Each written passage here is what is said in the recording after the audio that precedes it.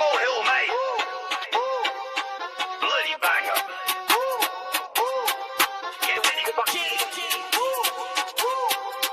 Yo, G-I-B-B-O, that's the moniker, man's on a mission. Got a weird walk like a pigeon on commission through the council estate. He's moving with pace, got a crew of old geezers right on his case. Switching up outfits quick like a flick. 1 minute he's a Bobby, next to geezer with a stick. He's dodging and weaving through the market store mess. He's got a big grin and a cheeky little vest. It's Gibbo, mate, I'm on my Benny Hill now. Chasing everybody through the whole damn town. With a ding-ding sample, yeah, you know the drill. The whole manor's running from Gibbo Hill. He's on your tail, can't get away. He'll chase you till the end of the day. See him skanking through the high street with a purpose, yeah, tripping over curbs, but he just doesn't care. He's got a whole posse, a flash mob of fools breaking all the rules.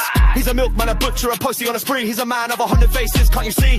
1 minute he's a flirting with the ladies in the park, next he's running from a vicar in the dark.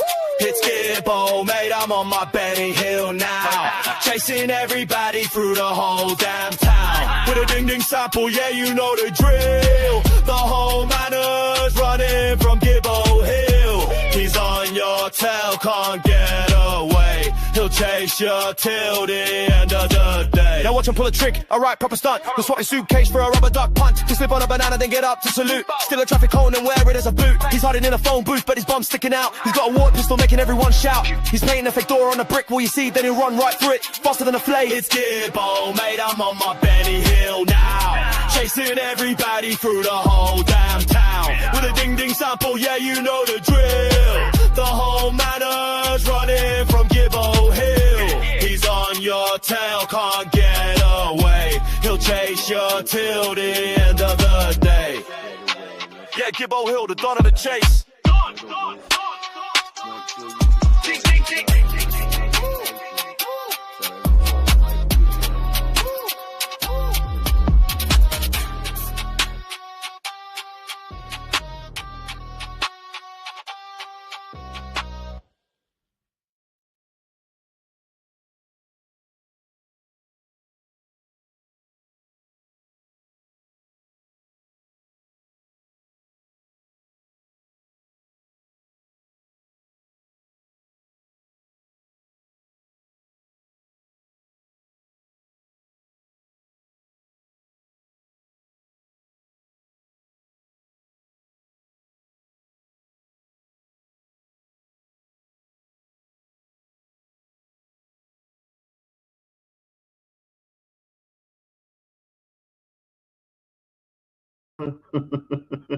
My mic is muted. Hello, I'm home. I'm a lot better than I thought I'd be, and Aurora has been really annoying. But anyway, so I'm home. I'm fine. Doctor says anxiety attacks. Nothing to do with, because my worry was, I didn't mention it then because I didn't want to jinx myself, is I damaged my diaphragm. Turns out, no, I'm just a big wimp. But yeah, they observed me. They watched me have panic attacks in my sleep and all sorts, which wasn't very nice, apparently. Oh, busting with the emojis. She's from Boston. Yeah, so I don't know what you know about this case. It's a case from when I was a kid, and it's a UK-based case. Hopefully, you don't know much, so British Elvis Fields can rip me a new one tomorrow with his daily post about me, telling you all how I got it badly wrong, even though I'm going to be showing you facts. Anyway, so this big guy here on the screen, this is AI generated, so it's not him, but it's like Turbo did some work on it for me, and it does look a lot more like him. Is Ian Huntley. Ian Huntley murdered these two beautiful girls, and we both agreed we should remove the AI version of them and put the original in, and we did. And these two beautiful girls went to the shop. They was at a party at the house, like that. It was the summer. They was having a barbecue. The two families was round. And they decided, we're going to go to the shop. We're going to spend our pocket money. Pocket money is money your parents give you in the UK. Well, they decided to go into the shop and they bumped in to this monster. Now, in this live, I'm going to be using a wonderful woman's content. And this is her channel. Her name is Detective Toots. So please check out her channel afterwards. So anyway, the reason I decided to do this live on this case, because obviously it's already solved and things like that, is this monster, Ian Huntley, was murdered. He was beaten beyond recognition. His mom said, the guy who did it said his head was split in half. His mom said she couldn't recognize him at all. And he's actually not officially dead, but he's okay, so he's been on life support. And over the last few days, they've been giving the UK public updates. He was blind. He'd never be able to, look after himself, things like that. And now he's officially been announced as dead.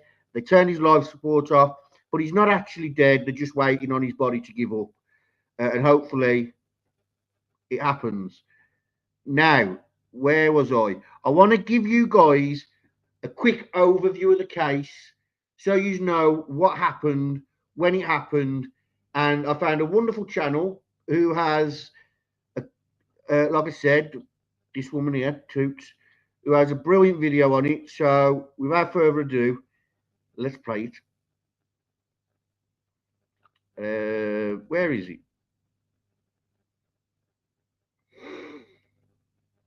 Karma, yeah. But listen, the guy who did it is no hero, and you'll find out why when I've played these. I'm so terribly, terribly sorry for what I have done. I'm sorry. I know the people of Soham took me into their community. They trusted me. They gave me a job and a home. And I betrayed that trust in the worst possible way. And I'm sorry for what I've done. I'm sorry for the pain that I've caused to the families and friends of Holly and Jessica, for the pain that I've caused my family and friends, and for the pain that I've caused the community of Soham. I am genuinely sorry, and it breaks my heart when it's reported that I have no remorse, that I relish something. Genuinely do not. I know that no matter what I say, people aren't going to think any better of me, but I would much rather people have the truth about how I feel. I've got nothing to gain by saying these things, because I know I'm never getting out. I've accepted it all. I have committed a horrendous crime, and I am where I belong. I make no qualms about that. Ian Huntley was born on January 31st, 1974 in northeast England. According to biography.com, Huntley had a turbulent time at school and he was often a target of school bullying. Huntley left school in 1990 and declined to continue his studies despite reasonable grades, choosing instead to go directly into employment. Huntley married 18-year-old Claire Evans at the age of 20 in 1994. Their marriage only lasted days before Evans moved in with Huntley's brother. Huntley refused to grant his wife a divorce until 1999 to prevent her from marrying his brother. His attraction to younger girls is evident from a relationship he had with a 15-year-old who he had a daughter with. Crime investigation claims. A subsequent inquiry revealed that between 1995 and 2001, Huntley had sexual contacts with 11 underage girls, ranging between 11 and 17 years old. In 1998, he was charged with the burglary of a neighbour's house and the rape of an 18-year-old.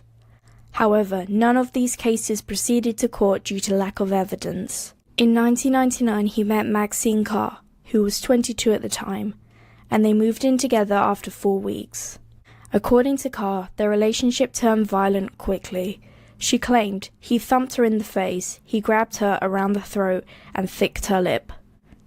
They moved to Littleport, where in 2001, Huntley was hired as a caretaker of a college. Carr was a teaching assistant at a local primary school, St Andrew's Primary School, where 10-year-old Holly Wells and Jessica Chapman attended.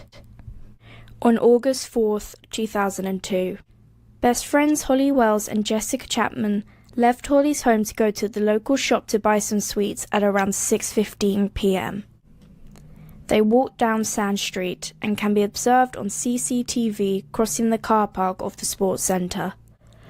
They were last seen on College Road according to witness testimonies. They were never seen alive again. Holly and Jess had not told anyone that they went to get some sweets, so it wasn't until 8:20 p.m. when Holly's mother, Nicola, realised they weren't home. However, at first Nicola did not panic as the girls' curfew was at 8:30 p.m. When 8:45 came and passed, Nicola began to worry. The families contacted the police at 9:56 p.m. after searching for the girls themselves. The police were able to trace the girls' steps with eyewitness accounts and through CCTV. This case gained national attention due to the girls matching football tops. They were referred to as the two Beckhams. Whilst on their walk, Holly and Jess passed Huntley and Carr's home. Huntley saw them and asked them in, claiming that Carr was home. However, Carr was away visiting relatives. Once in the house, Huntley killed the girls. Huntley disposed of the girls' bodies in a ditch 20 miles away, and even set their bodies alight to destroy any evidence. It is estimated that the girls may have been dead by 6:46 p.m. due to Jessica's phone being switched off. Huntley later disposed of the phone and it was never found. On August 17, 2002, the partially burnt football shirts were found dumped in a bin at the school. In the bin there was also underwear and shoes. Later that day, the bodies of Jess and Holly were found. Autopsies of the girls revealed that the cause of death was either asphyxiation or strangulation. Due to the decomposition of the girls, it was impossible to tell if they were sexually assaulted. The location of the girls' bodies linked Huntley to the crime.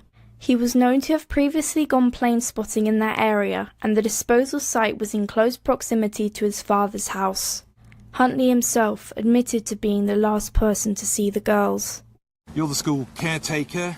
The girls, Jessica and Holly, would know you, and they saw you on the front doorstep. What went on? Well, I don't know the girls. I was stood on the front doorstep grooming my dog down. She'd run away and come back a bit of a mess. They just came across and asked how Miss Carr was, as she used to teach them at St Andrews.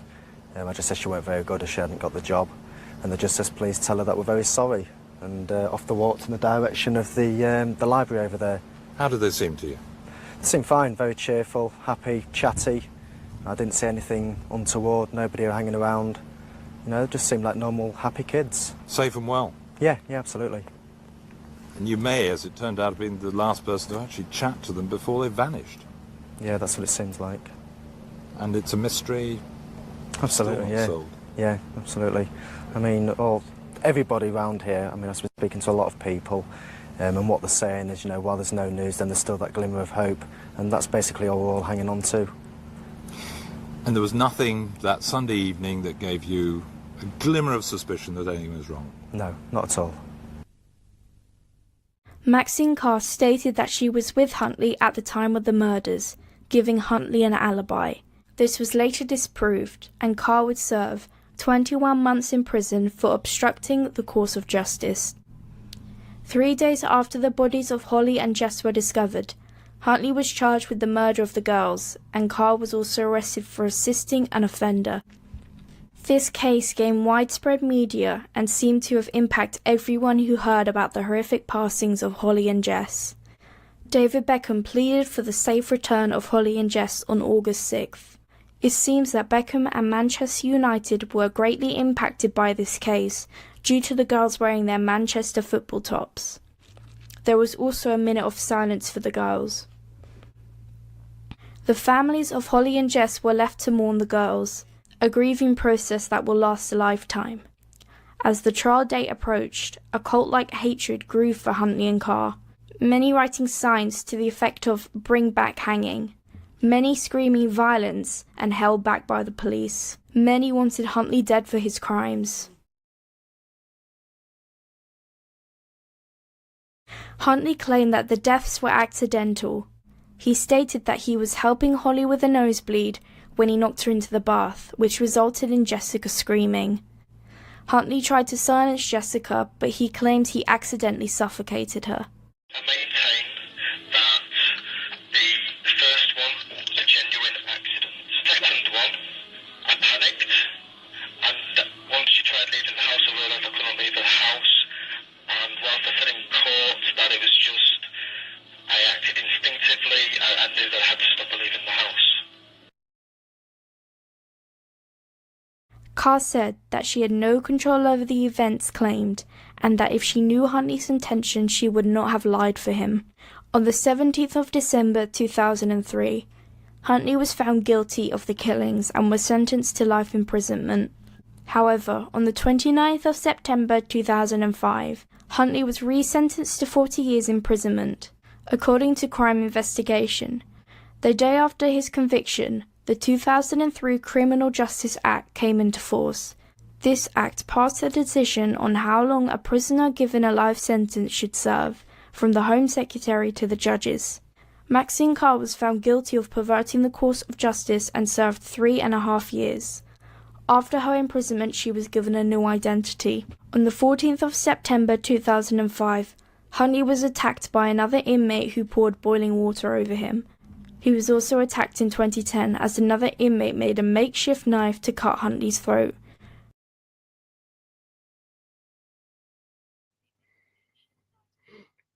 Okay, so you can hear me. Aurora, you said accidentally, please. His story was, as you just heard, that you know, he took him in because one had a nosebleed. She fell in and suffocated, trying to keep her quiet. He didn't wash with the police. There was just too many things. Now, you might hear, like, a lot of you come from Delphi, the Delphi case. So you might have heard about, or any case that you have watched, they always seem to insert themselves in the media. Well, he's the face of that. He's actually the face of inserting yourself. The interview he did, somewhere there's an hour long where you can get the journalist who spoke with him, and he tells you how Ian choreographed everything. He brought in the idea of, I should come from over here, we should this, we should that, and things like that. And he told them, like, this is how I'm going to say this, and this is the questions you should ask me. And they found it really strange. And I have got a bit of the interview, about 2 minutes of it, and I'll play you that so you can listen to what the journalist says. And it's quite key. What is it? How he talked about his dog and things like that. Well, the journalist picked up on that and was like, so he's got his dog there, he's washing his dog and that, and they've come over and they've had an adult conversation with him. These are two girls that I believe were going into high school. I don't think they was in high school yet, but he literally made out that they had an adult conversation with him and didn't bring up the dog, things like that. Actually really, really good the way the journalist clocked everything. And from that, police actually moved interest into him. I've got a little bit more of that video for you, and it's a really good video. It's just literally a minute long, this bit. But again, listen to it, because what you're going to hear now is his girlfriend's interview, where, because Ian told her, you should get interviewed now. And you'll hear, as well as that, him talking about, I can't remember what he talks about, but he talks about something. I think it's him being attacked in prison. Attacked in 2010 as another inmate made a makeshift knife to cut Huntley's throat.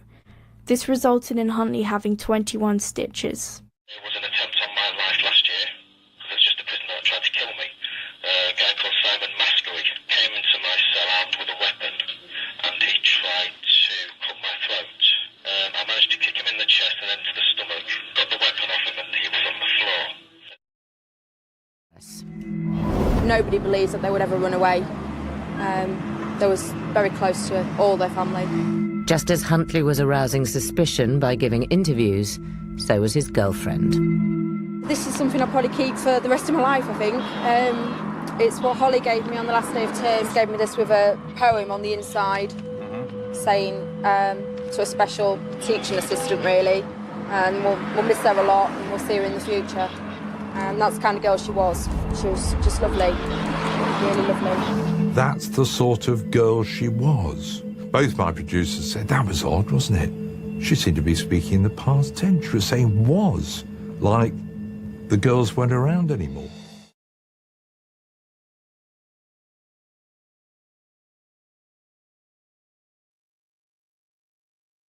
So again, you hear there, it was basically the news interviewing them that caught little things that made them go, right, let's go and sit them down. But yeah, Ian inserted himself when there was a press conference. He was there. He was making himself seen. He was making himself heard. He talked when they went on searches. He gave ideas of where to search. He wanted to lead the searches. This case in the UK was okay. Yeah, thank you, Trial Junkies. Well done. I don't know what I said. Well done then. But yeah, where was I? So Ian had a past which should have stopped him from getting the job that he had, because he was a caretaker at the school. Someone said janitor to me earlier. I think it was Turbo, but we say caretaker in the UK. He was a caretaker of the school, meaning he cut the grass, he maintained the school. If it needed a lick of paint, he did it. Anything like that. He was their handyman. And he shouldn't have had that job, because as you heard in her video, he had already got a rape charge that he somehow got out due to circumstantial evidence. He had a relationship with a 15-year-old girl that you can actually watch the interview of her, because she had a baby with him, and she tells you exactly what the relationship's like. It's gruesome, but I recommend going and listening to it. Now, daughter is grown up as well. She's also been interviewed. I didn't get that interview, and I'll tell you why. I know she's publicly out there, and she's been interviewed and whatnot, but I don't want to put her out there, because there are a lot of weirdos out there. You know what I mean? Aurora's one of them. But yeah, this case in the UK was like Nancy Guthries is right now. It was always on the media. You've seen the reconstruction video where they had the two girls walking down the street. Well, they were doing that near enough every day for the 13 days. They were putting on these reconstructions, because they weren't just filming them. They were having locals come and watch it to see if they remembered anything. When they did a press conference, I'm not a liar. Yeah, it was a massive case here in the UK. Predators need to be on. See, he wasn't on the registry, and this is like, nobody can understand why. See, the 18-year-old, the charges were dropped, blah blah blah, but it was known that he was having sex with underage girls. He was having sex with not just like there was a group of girls that he was going around. The woman that he had a baby with was a girl at the time. She was 15. Her mom had gone to the police multiple times and said, she's 15, bring her home. But in the UK, once you hit 14, the police cannot bring you home if you don't want to go. And it's also, again, if they know you're having sex with someone that's a lot older, they can't do nothing without your consent. So it's a bit of a catch-22 situation, and it's a horrible one, isn't it? It's very strange, but yeah, he he slipped through the cracks. Now, about 2 months ago, I was watching an interview with a guy who said he had reported Ian Huntley to the police for violence against Maxine Carr. He apparently he had his car done by this guy, and the guy like having the car done, and there was a disagreement over money, and the guy just thought, you know what, get the car and get gone. And he said he kept seeing him around town, and he'd always be with Maxine, and Maxine either looked like she was crying or they was having some form of an argument. And he highlighted how one night, and he's at the location, he highlights how one night Ian was beating her on the like steps going up to the flat. It's an upstairs flat, and there's like metal steps going up, and he's beating her. And he called the police. The police came out and basically told him he was a nosy neighbour. Well, there's also a documentary on this. It's the Channel 5 app. It's on there. It's not actually 14. Yeah, 14. What am I saying 14 for? So, Sleuthy, I don't know what I'm saying 14. Oh, no, you're saying, yeah.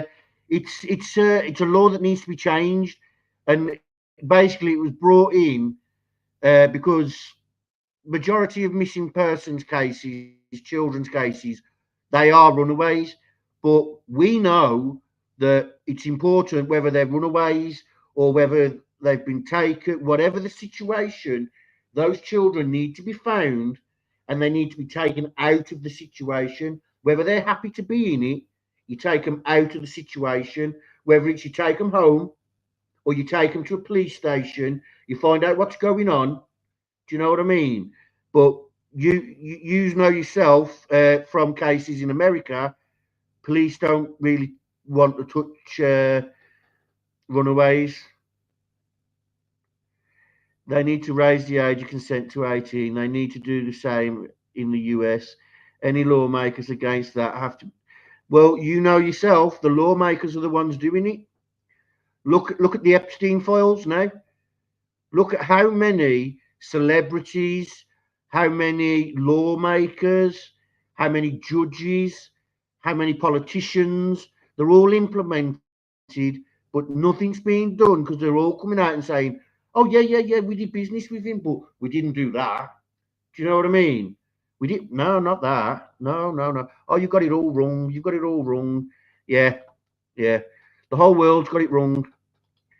But yeah, you are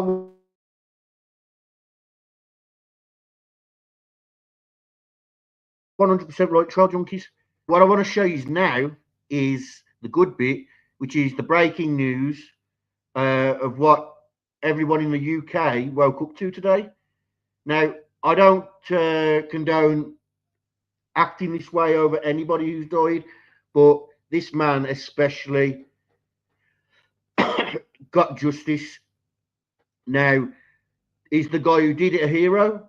Hell no. The Soham murderer Ian Huntley has died in hospital. That comes not long after he was attacked in the workshop of a maximum security prison, HMP Frankland in County Durham, for killing the two 10-year-old little girls, Holly Wells and Jessica Chapman, back in 2002. He had been sentenced to life imprisonment with a minimum term of 40 years. This was for the murder in August of 2002 of the two little 10-year-old schoolgirls, which the country will remember so well, Holly Wells and Jessica Chapman, in Soham in Cambridgeshire. Well, we can bring in our correspondent, Rob Harris, who is in the newsroom for us. Rob, reporting that Ian Huntley, the notorious murderer of those two little girls, Holly Wells, Jessica Chapman, has now died. He's succumbed from his injuries in hospital. Yes, we're hearing from the Ministry of Justice, a spokesperson confirming the death of the Soham killer, Ian Huntley, saying the murders of Holly Wells and Jessica Chapman remains one of the most shocking and devastating cases in our nation's history, and our thoughts are with their families. And this was a notorious case in the summer of 2002, really one that did grip the nation, the desperate search for Holly Wells and Jessica Chapman. And it was that image of the two best friends, the girls in their Manchester United shirts, that really did associate so many with this case and really did cause such concern about just where they were, the missing 10-year-olds, throughout that summer as the search went on in Soham. And across the country, there are people who really did connect with this case. In fact, you had the likes of David Beckham at the time putting out public appeals, such as the association with Holly Wells and Jessica Chapman in their Manchester United shirts. And at the time, as so many were trying to discover what happened here at Sky News, there was an intense focus on trying to raise awareness of just where their last steps might have been. And that's what led to an interview taking place with Ian Huntley by Sky's Jeremy Thompson, who was the boyfriend of the school assistant Maxine Carr. And he said that Holly Wells and Jessica Chapman had called at their house just on the day that they believed to have gone missing. And suspicions did grow with the police after watching that interview with him on Sky News, and eventually led to his arrest and conviction in 2003 for life after their bodies were found in the local area. And this was a case that raised wider concerns about just how people are vetted and information, how it's spread across the country, because there were allegations made against Ian Huntley throughout his life that didn't quite reach the level of background checks, and he was able to work at the village college school in Soham. Huntley was eventually jailed for life for that 40-year term, and he was attacked many times over the years in hospital, in prison, and then eventually we had this attack just over a week ago in a maximum security prison. We have now heard from Durham Police. They're saying, a spokesman for the Durham Constabulary, a man who was attacked HMP Frankland in Durham last week has died in hospital this morning. Ian Huntley, 52, was taken to hospital with serious injuries following an incident in the workshop on the morning of Thursday, February the 26th. A police investigation into the circumstances of the incident is ongoing.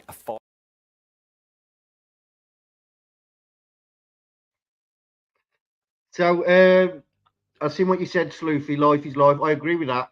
There was also a law passed. The current Prime Minister actually fought, and I think he's actually overturned it now since in office. It's just not highly talked about. But when he was sentenced, he was then resentenced, and the law stated, this new law, that the minimum he could spend was 40 years. That's with any sort of like good behaviour, whatever. But he would have never have been released anyway, because he was so manipulative and things like that. What's this? Age of consent in the US, 16 in 31 states, 17 in 8 states, and 18 in 12 states. But we have had officials wanting it lowered. We're having the same issues here. And let me tell you something. Keir Starmer's actually just tweeted. So I did actually like put a bit of a face.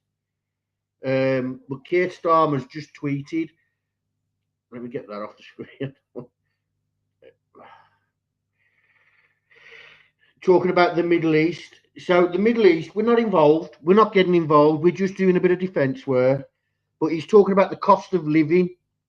Perfect excuse for him, because he's promised that now he's going to bring down the cost of living. Perfect excuse. We're not involved. We're just doing defensive manoeuvres. But, oh, we have to halt the cost of living. We have to halt what we promised.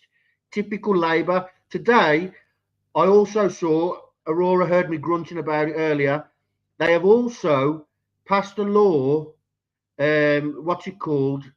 They passed a law, I don't know if it's been passed yet or if it's got to go through Parliament, but they want to stop prison sentences with kids found with knives. That is the major issue in the UK. Of course, they want it, like I said, they're the ones committing these heinous acts. So it's designed so they don't get a prison sentence. They just get slap on the wrist, or like what? Not a lot of people know this, but Epstein only slept in prison. He never actually, spent the days there in prison. Like, there's an interview of him and he's barefaced lying because he's talking about all these phone calls he was having. Sometimes he had to have 2 phones because of meetings and that he was having on the economy and things like that. He wasn't in jail. He wasn't in prison. He was out because he only had to sleep there. They were his terms. He had a limousine picking him up every morning and bringing him back every night. And there's rumours that half the time he didn't even come back. But I'm not going to get into Epstein. We're going to focus on this monster and all the shit he caused. Now, although this is good news, especially in the UK, because this case has haunted the UK the same way the likes of Delphi, the likes of Gabby Petito and things like that. It's haunted the UK. There's always what really happened to these girls, and he's never actually come out and said what happened. He's held that, as they do, to his chest. And where is he? This is the guy who did it. This is why I say he's no hero. He shouldn't be celebrated. What he did should be celebrated, but he's no different to Ian Huntley. He's no different. He's a monster himself, and he's actually from near where I live. His name's Anthony Russell. This is his mugshot. Yeah. Any takers, ladies? Any takers? Lovely. Now, he's taking claim, but as you can see, Ian Huntley is actually a lot bigger than him. So even with a weapon, my belief is he didn't act alone. He just took the blame, and it got him some sort of prison rewards, or you know what it's like in prison. I don't. I've never been, but I heard Sloothy's been. Jump scare. Yuck. No thanks. All right, you will have him. Thank you. Okay, so let's hear his story, because now I'm not, and I don't know anyone who is, because the channels that I do watch that are UK based, that talk about UK crimes, they've all said the same. He's no hero, and this is why. Now, this video is on behalf of West Midlands Police. My friends, as you know, I've had them called on me multiple times now by... oh, well, that's just changed. Yeah, I've had them called on me now multiple times by other YouTubers. And here he is, Anthony Russell, in all his glory. Oh.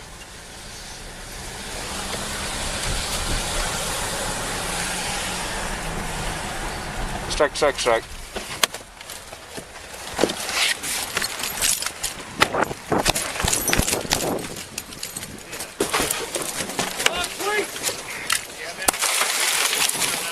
Oh, please!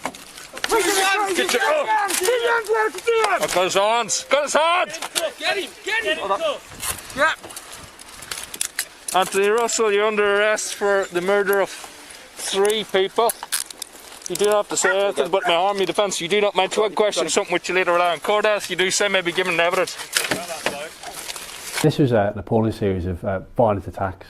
Don't lose sight of, at the heart of this, there are 3 people who lost their lives. and another 3 people who were subject to violent robberies and again left for dead. Each of those in their own way were vulnerable people, either due to mental health, due to illness or due to age. So the chain of events we know now was the murder of David Williams. David was an associate, a friend of Russell.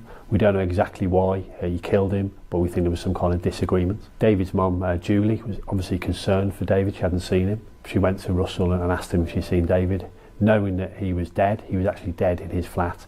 He said he hadn't seen him and actually helped Julie look for him. Again, another callous way. But then we know that he then killed Julie in an attempt to cover her tracks, and again a violent attack, leaving her dead in her house.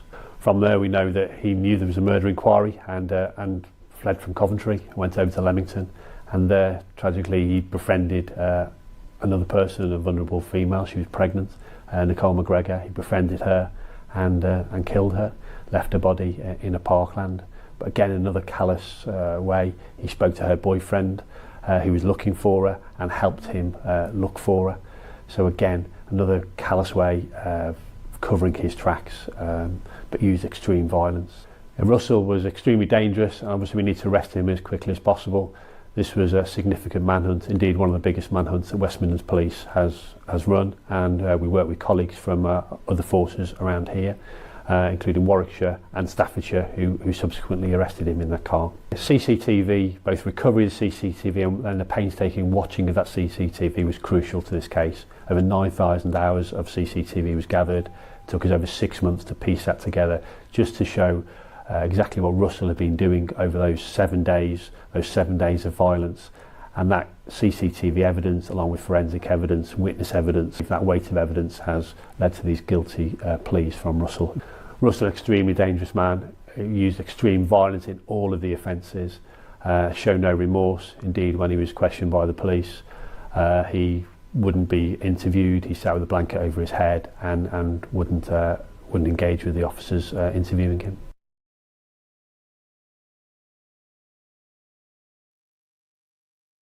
So that is the so-called hero. He killed 3 and nearly killed 3 others. He left them for dead, but they managed to fight another day and got him sentenced. And as you've seen, he was manipulative with friends, family members, and things like that, who were looking for him. Looking for them and couldn't find them. But Lee, if you're in the chat, is it okay to show your T-shirt, or would you rather me not? Because I can not. But yeah, we did a T-shirt giveaway where 2 people won a T-shirt and 2 people got one for free anyway. But this is the interview with the reporter who interviewed Ian Huntley. Go ahead. Back when this all happened, Ian was interviewed, and it was the police. It was the Sky News interviewers that basically clocked onto him. So before I do that, here is Lee's shirt. Again, these are channel shirts, but they're not for sale. This is actually backwards. They done them backwards, which I'm not happy about. But Lee says she's happy with it anyway. And then I said, just send me the £38 check. And she did. But yeah, she's happy with her shirt. I'm sure Maven's going to be happy with her shirt. And Susie also has one on the way. Icebox still hasn't got back to me about the shirt. So there might be another one floating around. It just says Icebox on though, so we'll see what happens with that. Okay, so let me play this for you. This is again the reporter. Okay, what was that? Yeah, the reporter that interviewed Ian Huntley. He didn't seem keen to talk, which slightly surprised me, because normally I've found people are. Children are missing. People will help.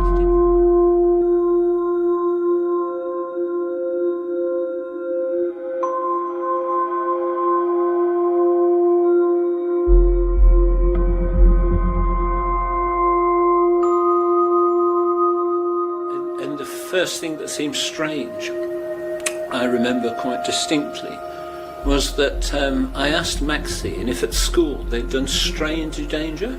Ian Huntley jumped in straight away and he answered the question. And he said that he thought Holly would probably get in the car and quietly go. But Jessica wouldn't. She'd put up a real fight and put up a real struggle.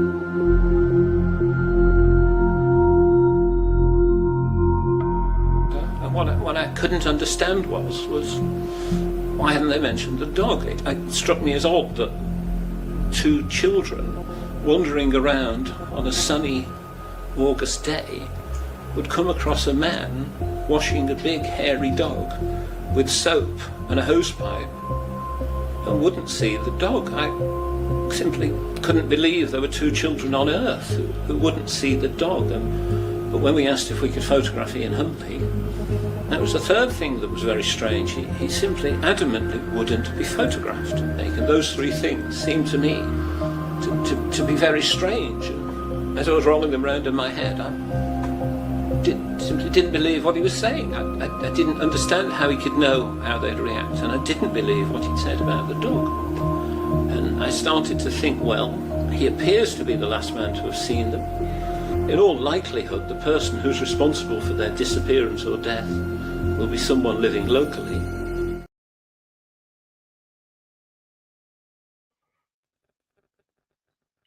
Smoking a cigarette and it does that to me. It is kind of the same, isn't it?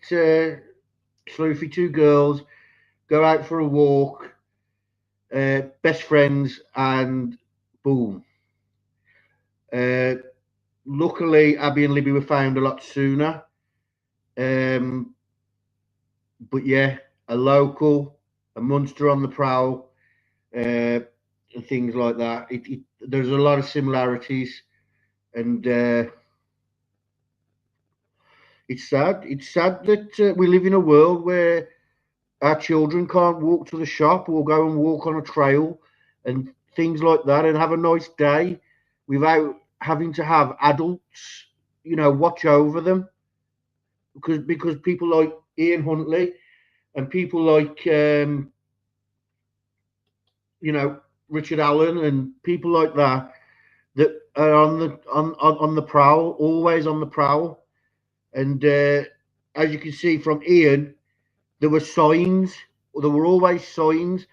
Now, I've seen someone commented on a video somewhere that Ian actually had charges from when he was a kid. Now, I don't know because I didn't look it up. Where he apparently did something along the lines of he tried to kill an animal or he did something to an animal. But Ian was a monster.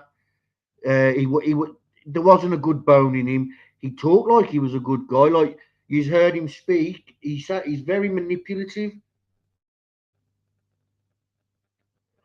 He went on hunger strike a few years back. I remember seeing in the news he was refusing to eat because how he was being treated in prison. He didn't like how the guards spoke about him. He didn't like how the media spoke about him. He didn't like anything regarding how people talked about him and whatnot. He wanted to be spoke about in a high way, if that makes sense. But there was nothing in him that was good. He felt like him confessing what he did deserved him some sort of, notoriety. But the thing is, his confession didn't match the crime. Like, when I was a kid, I wasn't allowed to come home until the street lights came on. Running the streets, I'm surprised nothing. I was the same. Uh, Rain or shine, 9 o'clock, I think it was. Didn't have to come home till 9 o'clock. And then when I got to high school, it was 11 o'clock. So, yeah, I know what that's like. Come in, have my tea, get out. Do you know what I mean? I know exactly what that's like. And then sometimes I had to take my little brother with me, who was annoying as hell and embarrassing. But yeah, I just wanted to bring the Soham murders to you guys, show you about a case in the UK as I do, but with some street justice that happened. So Ian Huntley is now dead. He's not officially dead, but they're saying there's no chance of recovery. At first, they said he'd be in a vegetative state. Today, late last night, they announced he'd be blind for the rest of his life. And then it kept getting worse and worse for him. And now they're saying we've switched off life support. I mean, he could have died between me hitting live and me hitting end stream. But yeah, the families no longer have that worry, is this man ever going to get out? Because the laws are constantly changing in America and the UK that protect these monsters. These monsters, laws protect them. Oh, he's rehabilitated, blah, blah, blah. We have a prime minister who's a human rights lawyer. That man should be nowhere near an official position.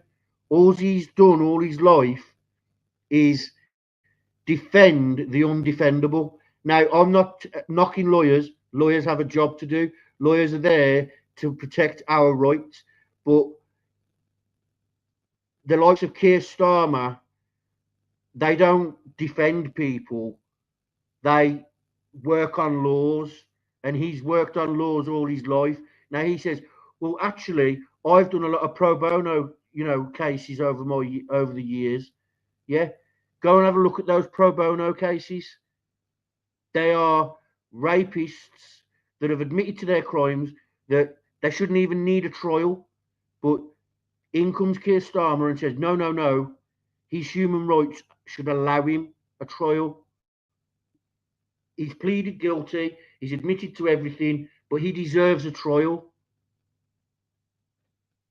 I don't know. I just think that lawyers should be in positions of, not positions of power, but should be around politicians and in politicians' positions.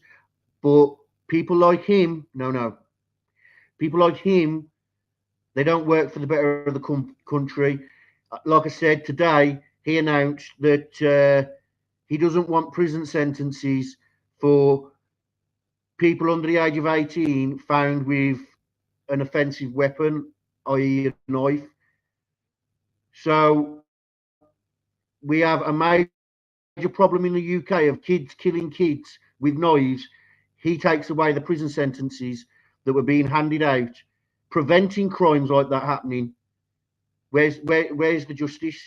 So now those crimes are going to go up because there's no incentive to stop them. They absolutely can't be rehabilitated. Yeah. They can't be rehabilitated. Leave with a sad face.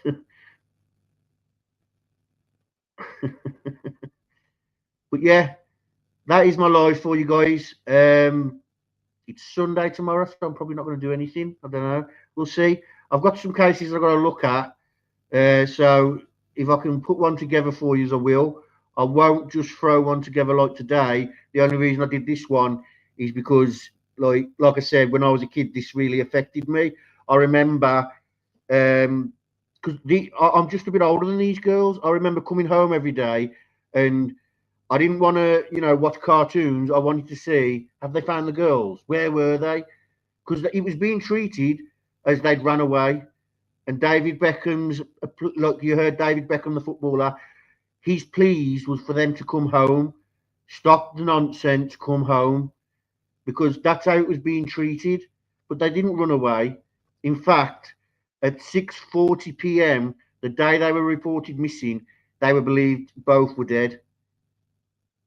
That's the belief, and that's going off one of the girls' phones. One of the girls' phones stopped being active, and the parents, like I said, not the soccer player, no, the footballer. Actually, no, he did play soccer because he went to America. Yeah, he did. Sorry, they did. They did. The parents, sorry, didn't even know that the girls were missing because their curfew wasn't until 8 p.m. And you know, there was having a family barbecue. The kids had pocket money. They weren't in trouble, so they was allowed out. So the parents didn't even know that they were missing until hours later. And I remember every single day I wanted to watch the new reconstruction. I wanted to watch because even though I was cities away, you know what I mean? It's up here where it happened and I'm down here. I wanted to know if I knew something. I wanted to know if one of my friends knew something because I didn't understand the geographics and that back then. But yeah, it played on everybody's mind in the UK, and everybody in the UK were worried about these girls. And then all of a sudden, the guy that everybody was looking at for advice during this, because he was at all the press conferences, he was giving all the you'd see him in the background talking to volunteers that were going out on the searches. He was right. This is the area we should search and things like that. People were watching him, and people were starting to look up to him and things like that. He approached Sky News and wanted to be interviewed. He choreographed the whole interview, said, I should come in from here. We should talk about this. These are the questions you should ask me. And he gave himself up. Luckily, the interviewer who spoke to him had experience in dealing with these sorts of cases and caught the little lies for sharing this story. I get interested in UK crimes. I did the Birmingham. You did? That was a brilliant one when Ozzy passed away. So I found that case, the two little boys. Yeah. We know that the offenders will insert themselves in the case. Well, he's actually, like I was saying earlier, he's actually the face of that. If you go through any case where you think that's mentioned, his name will be in the comments because he inserted himself all over. He wanted to be interviewed. He wanted Maxine to be interviewed. I think somewhere there's a thing where Sky News recorded him, and he's telling Maxine, "These are the questions they're going to ask you. This is what you need to say."